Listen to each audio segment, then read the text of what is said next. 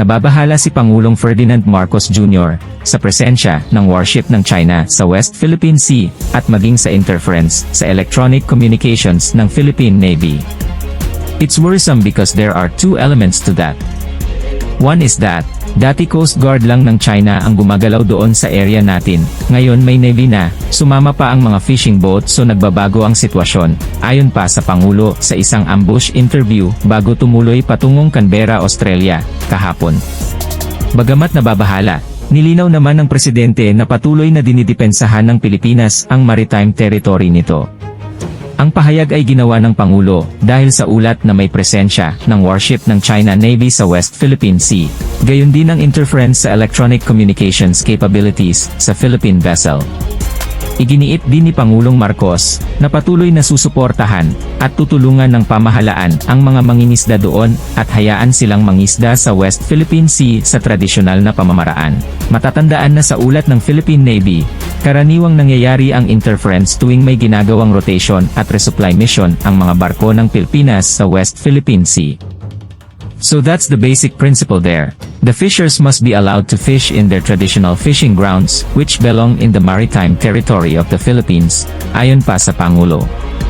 Patuloy pa rin ang ating gagawin dahil yan naman ang trabaho natin. Trabaho natin, tulungan natin yung mga fishers na matagal na, ilang henerasyon na doon nangingisda. The fishers must be allowed to fish in their traditional fishing grounds which belong in the maritime territory of the Philippines. Sa pahayag naman ng Philippine Navy at Philippine Coast Guard, ay totoong mas tumaas ang interference sa electronic communication capabilities ng Philippine Navy kapag nagsasagawa ng rotational at resupply mission o anumang maritime operation sa West Philippine Sea. Ito ang kinumpirma ni Philippine Navy spokesperson for WPS Commodore Roy Vincent Trinidad sa isang press conference nitong Martes. Pagdating sa interference sa aming mga electronic na capabilities, I have discussed this with the Commander of Naval Forces West this morning and it has been going on for the past 3 or 4 years. Maybe even earlier, sabi ni Trinidad sa mga mamamahayag ng tanungin kung ang Armed Forces of the Philippines ay sanay sa katulad na cyber tracking interference na nararanasan ng Philippine Coast Guard.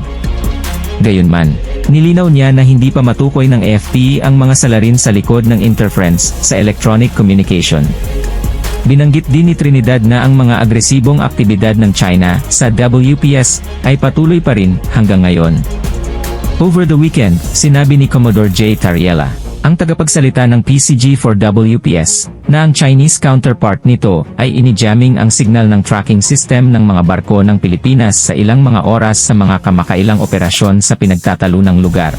Sinabi pa ni Tariela na ang panghihimasok ng Chinese Coast Guard ay panandaliang napigilan ang mga sasakyang pandagat ng Pilipinas na mag-broadcast ng kanilang mga posisyon sa dagat at may mga pagkakataon na ang mga barkong ito ay hindi makapagpadala ng kanilang mga automatic identification signals o AIS ginagamit upang matukoy ang lokasyon at iba pang istatistika ng navigational ng radyo ng mga barko. Nagpapakita rin ito ng iba pang mga sasakyang dagat sa mga paligid na parte ng karagatan. Idinagdag niya na naobserbahan ng PCG ang jamming sa kanilang rotational deployments sa Bureau of Fisheries and Aquatic Resources sa Bajo de Masinloc, Scarborough Shoal, ngayong buwan. Inaakala namin na ginagawa nila ang jamming tuwing naglalabas sila ng kanilang mga pahayag na tinataboy nila ang aming mga sasakyang dagat, sabi ni Tariela. Not mentioning China, kinumpirma ni Trinidad na ang cyber interference sa AFP at Philippine Navy does exist. It has been going on for the past 3 or 4 years, baka mas maaga pa. Napansin nila ang pagtaas ng cyber interference, electronic interference, jamming, at mga bagay na katulad niyan hindi lamang para sa mga kagamitan ng barko, kundi pati na rin para sa land-based na kagamitan sa komunikasyon, anya. Karaniwan na itong nangyayari o napapansin sa mga yugto ng paghahanda para sa mga misyon ng ROR. Mayroong naobserbahang mga activities to interfere with our internal equipment, patuloy niya. Gayunpaman, binanggit ni Trinidad na ang gayong hindi matukoy na cyber interference ay may minimal effects sa mga sasakyang pandagat lamang at hindi naapektuhan ang buong maritime operations. Tiniyak ni Trinidad na ang AFP at Philippine Navy ay nagsasagawa ng ligtas na mga protocol sa komunikasyon sa gitna ng interference. The moment you notice some interventions or interruptions, there are protocols on how to address that, so rest assured that we have been addressing these issues, but we have noted them for the past good number of years, dagdag nito. Every time our Coast Guard vessel and BFAR vessel come close to Bajo de Masinloc, an approximate distance between 15 to 20 nautical miles.